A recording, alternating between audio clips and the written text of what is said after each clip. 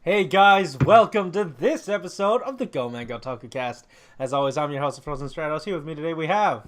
This Cinder Blaze. Almost did it again. Dude! Welcome back! On today's show, we're going to be reviewing for you Lupinranger vs. Patranger, number 5. Alex, what did you think of this episode? Initially, I kind of hated this episode just because, like, the way it was set up. Yeah. Like, the Lupinrangers cannot fail right now, which makes sense mostly because they are the thieves. But, like, just seeing Patrangers being put in situations where we know they have to lose, like, I didn't really enjoy watching that just because it was kind of linear, and I'm rooting for Team Pat. So it's kind of like, it's real hurtful for me to watch, but, like, seeing the preview, I'm a bit more okay with it. Yeah. Because now we get to see that there are, like, emotional repercussions to losing this often, and I'm glad to see it. You're right. Even though we got the cosmetic win this episode, like the Patrangers got the finisher in the mech, it didn't feel like a win. And like you said, having that preview there, and also just giving us a little bit of time to reflect on it, like, Yeah. If they set it up properly, this could pay off to be something good.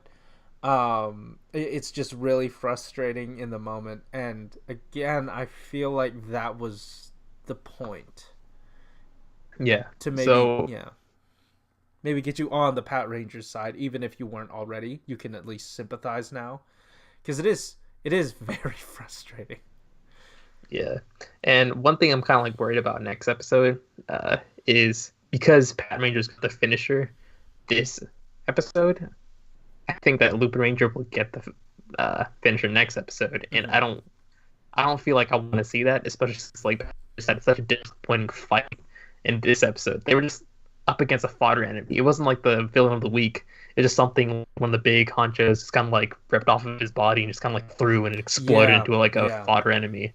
And they were actually struggling with it until they're just like, hey, let's just use the finisher. Mm-hmm. And then boom. Like, that fight was also very boring. Yeah. I mean, it was still some setup to like see the frustration of even the Patrangers, how they at least, Keiichiro, he wasn't on top of his game. Wait, is it Keiichiro? Yeah. Red one. Ichigo. Keiichiro. Yeah. He really wasn't on top of his game, and it kind of took him a bit to shake him out of it. You are right. I am kind of peeved at what looks to be Lupinranger getting the mech finisher next episode too. But I mean, we'll see how it's handled. Again, we're coming from a very biased perspective, biased in favor of Patrangers, and I don't know. Like, again, this episode is doing its job. I'm pretty mad. The narrative has swept me away, I suppose. So, Yeah, and how did you feel about the Lupin Red stuff? Because, like, it was really small. It was at the end of the episode, but, like, he was feeling super anal about Red kind of hitting his soft spot, and we also get that flashback. And I wasn't really too impressed. Yeah, neither was I. I feel no sympathy. But again, that's my Patranger bias talking. I can't speak empirically because, like, yeah, sure, it's setting up a weird rivalry between the two. I just don't think that the Lupinrangers are as justified, because I'm not 100% on board with their execution of it. I feel like it is for Blue, because we did get some of that stuff in an earlier episode. Yellow, maybe not so much, but for Red, like, there's so much context missing in whatever the hell happened to his. Yeah, that's true. Like, we can probably infer it, but, like, when they reuse that flashback to kind of, like, get something emotional from us, it's just like, oh, yeah, they're reminding us, so it's probably going to be a big plot thing or a character thing that's going to happen later in the series, and if it happens too late, then that's it's not gonna be good for Lupin Red. And I really like to, I want to like Lupin Red because like when he's in suit, he like works so well, but when he's out, like he just kind of there's not many likable qualities to him when he's out of suit because he's always just being a dick to everyone. Yeah. I just like there's no reason for me to root for him. Like I'm not a big fan of him either right now, especially uh like I understand there is solid foundation and justification for wanting to take up a mantle and fight to regain what you'd lost, but Yeah. the way you're going about it is not justified, and like you said, the backstory didn't get me to sympathize with their methods. Yeah. And like Patrangers being as they are, they're straight shooters, and I'm always all for it. They want to do the right thing, and I identify with that more. I look up to that more. That's an ideal that I guess I'm better with that one.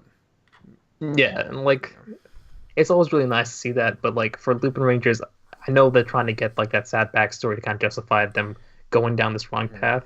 But I wish like I know I was saying it just for like Red, but for the entire team, like honestly, like I want to know why they became thieves in the first place. I don't want this to be a plot point that they just kind of push to the side. So it's like this big reveal at the end. It's just like it's making their characterization kind of weak early. We've seen a little bit with Blue, but I kind of want to like get more context as to like how they got in that situation with the old dude. I mean, yeah, he kind of like walked up to them after they've seen like their loved one kind of like frozen, but that's just kind of like, yeah, I guess you want revenge for that one dude, and maybe we'll get some of that like once the sombrero ice dude finally shows up, and I'm pretty sure he's gonna die around episode 28. Let's just make a record of that. Yeah. Okay. Like mid show. Yeah, like that's definitely gonna be the mid-season finale. They don't do those. Now I do want to touch on this aspect of this episode. They did something that Build excels at and does so well, and that would be asking questions. Have your characters ask questions about your universe and sort of try to poke holes. Yeah, they're trying to poke holes in the reasoning in order to get out, like derive an answer, and that would be satisfactory to the characters. It informs the characters, and it also informs the audience. And the question that was asked that was more that stuck out to me was, hey, why if these are all part of the Lupin collection, why do the Lupin Rangers and Patranger stuff look far different from ours? You know what I mean? Yeah. And the villains were the ones who were asking it, and that's like a huge kind of like step up, especially for like this early in the series. I was like, that's actually a really good point. I'm more invested in this universe now. Yeah. It's one of those like small things that make like the world building much more satisfying. Exactly. So, like, I'm really glad that they kind of like gave that to us. Yeah, because there've just been so many series where like the powers are just there because. I mean, that happened in Zyuohger. They tried to explain it away, but it didn't quite work. What was next? What's after Zyuohger? Ninja. No, that was before. Kyuranger. God, how did I forget that? Oh, I thought you meant like after, as in before. Right, no. Like we're going back. Yeah. With Kyuranger, we set up rules and broke them all the time. So I want to see how well they're going to keep to their own rules. And this writer, again, she worked on Zyuohger. She remembers. As a writer, she remembers. There are a lot of plot points that went into Zyuohger, or at least character like tics that always made themselves present in the episodes without like affecting the overall story. And I feel like she'll remember. and she'll manage to fit it in. So I remain optimistic. Yeah, especially going into this next episode. I hope it's a bit more balanced and at least we get more Patranger backstory. Maybe we'll get an unsatisfying conclusion to a Lupinranger battle. Maybe the Patrangers have won the motorcycle. Who knows? Yeah. My question then is, and I'm like, part of me is kind of glad that the Lupinrangers got these bits of the collection, because what are they going to do with them? Right? Are they going to put them in the book or actually put them to use? Since they're toys and they need to be sold, I have a feeling they're going to be put to use rather than dumped in the book. What do you think? Yeah.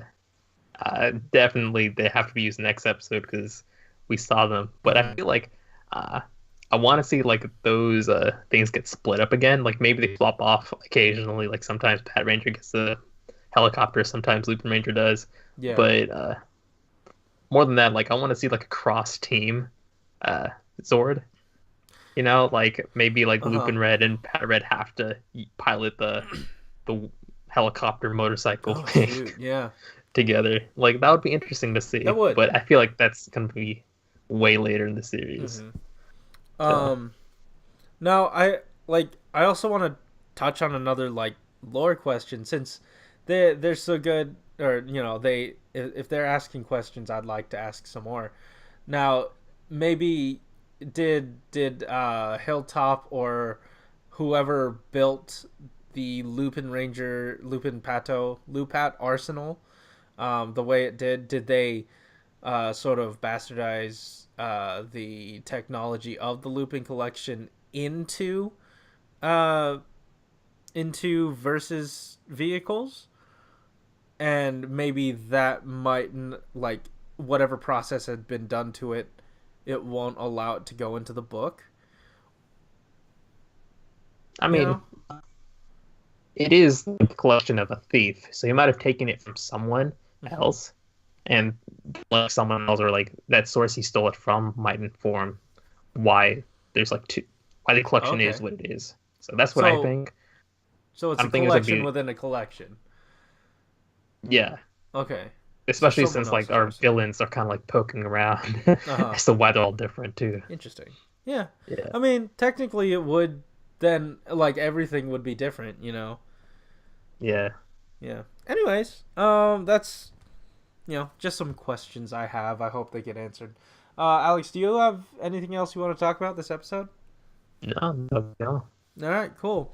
Anyways, guys, thank you for watching. And if you didn't catch our watch along, we announced that we are going to be doing our live stream. Yes, the one that we promised like almost a month ago. It's going to be happening this week on the 16th. We don't quite know what day, what time yet. We know it's going to be in the afternoon or like evening, most likely evening. So check out that. It's we're gonna live stream this Friday night. Anything else? We're gonna do Jackbox party games mostly, and just have a lot of fun. I'm gonna be going home seeing these fools. So we'll all be in the same place. Hop into that Discord, because we're gonna be chatting it up in there as well.